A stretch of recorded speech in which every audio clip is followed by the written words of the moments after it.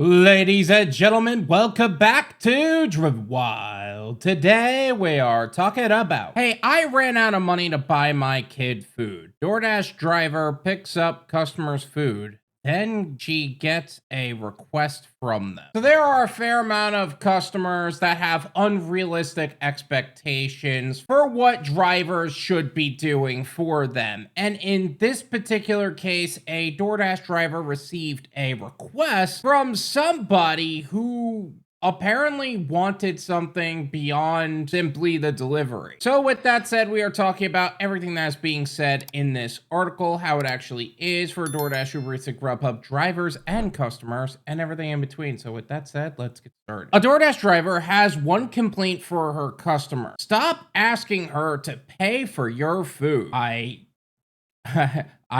can't believe that that's actually a request. What? There was a period of time before all these delivery apps where the expectation was you pay for the food as a delivery driver, deliver the food, and you get reimbursed for the food. That was a flawed system, and it led to drivers ending up losing money in the process. Now they're not only expecting that in this day and age, but in an economy where we could just decline orders, and now we're getting requests to buy extra stuff from them. Are you insane? In a TikTok video with more than 116,000 views, Natasha at Lifebeingnatasha described a recent situation that left her frustrated. While waiting at a restaurant for an order, the customer sent her a message. In it, they asked her to buy food for their children. I'm going to leave her TikTok as well as her profile in the description so you can develop your own opinions on the subject. Why would this even be a request? Why wouldn't you just include that in your order specifically? Like, look, I get it. If you would like an extra sauce or something that's free and we can make that request, I get that to a certain degree. I think that envelope has also been pushed to like asking for sauces that require an extra payment. But at the same time, this is just wrong. Like, you can't do crap. I've also been asked to make an extra stop for cigarettes more than once, but asking for another order on top of that is wild. Natasha said she was bewildered, especially because the customer had already spent money on an order. It came with service fees and a delivery charge. They bought food for themselves and then texted when I was waiting at the restaurant if I could buy the kids food because she only had money for herself, she later explained in the comment. Oh, there is gonna be a handful of people that are going to be wildly about how she paid for food for herself, but not for her children. Like, if you can't afford food delivery in the first place, you shouldn't be ordering it. But if you could only afford it for yourself and you are a parent to multiple children, shouldn't you be focusing your funds on, like,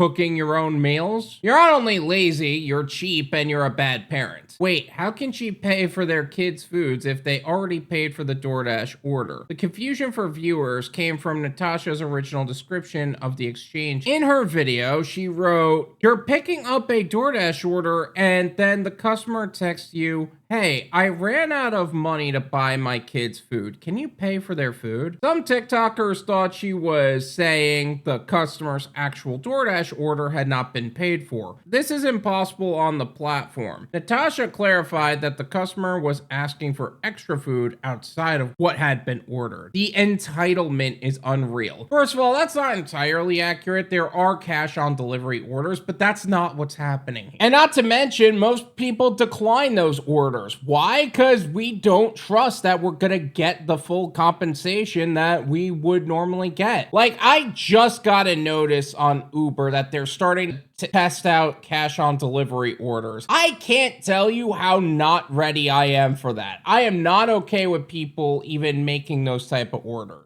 It also should be absolutely clear that that's happening in the first place, but still. Similar encounters from DoorDash drivers and customers. Other delivery drivers chimed in with similar notes. Someone asked me to pick up a Gatorade from a gas station on my way to drop off their food. They said they'd pay me extra for it, one commenter shared. Thinking I'd get a bigger tip, they gave me the $2 for the Gatorade. Wow, literally a waste of time. But that's exactly what I'm saying. Like, you don't bother with stuff like that. Like, there are better things to do with your time and energy than to waste it on the potential of getting a bigger tip. The reality is that's probably not going to happen. On the flip side, many customers say they have had drivers push them for additional money. A 2021 Vice article detailed examples of DoorDashers begging for tips. One Reddit post cited in the story showing a driver sending multiple messages. They were asking for extra payment after an order was delayed. Way to just immediately take something that was literally talking about what they're doing wrong and trying to turn it on them. What the hell is that? The way this was written was acknowledging that these things were happening, and then instead of going deeper into that subject, they're like, well, you know, DoorDashers do this too. Really? You're gonna instigate a fight now? Man, do I hate it when people do that. What a dick move. DoorDash told Vice at the time that while nothing in our guidelines explicitly prohibits Dashers from asking a customer for a tip, we have a zero tolerance policy for harassment by any member in our community on the DoorDash platform. This includes instances where Dashers harass customers for a tip. By that same logic, drivers argue, customers shouldn't put them in uncomfortable situations by asking them to cover the cost of additional food. Oh, okay, way to save yourself on this one. I totally misread that first part of the point. Way to actually acknowledge that, hey, this is something that drivers actually have been criticized for, and now you're the ones doing it. That was actually really good writing. One commenter offered a tongue-in-cheek suggestion for Natasha. They wrote, gotta text them back mid-delivery and be like, hey, I ran out of gas while delivery. Can you give me some gas money? Oh my God, what a triple Uno reverse move. First, it's criticizing the customer. Then it's calling out what drivers have been called out for. Then it's using that to go back to the customer and then further pushing into that. That is an excellent display. This is my opinion. Worth what you pay for it. None of you pay me. There you go. It's been clear for the longest time that drivers and customers are not held to the same standard, and it's a real shame because, quite frankly, a lot of the customers that are out there, especially the no-tip customers, have unreasonable expectations of what they want drivers to do and how they want drivers to act. And then they'll say things like, we have a zero tolerance policy for harassment by any member of our community on the DoorDash platform.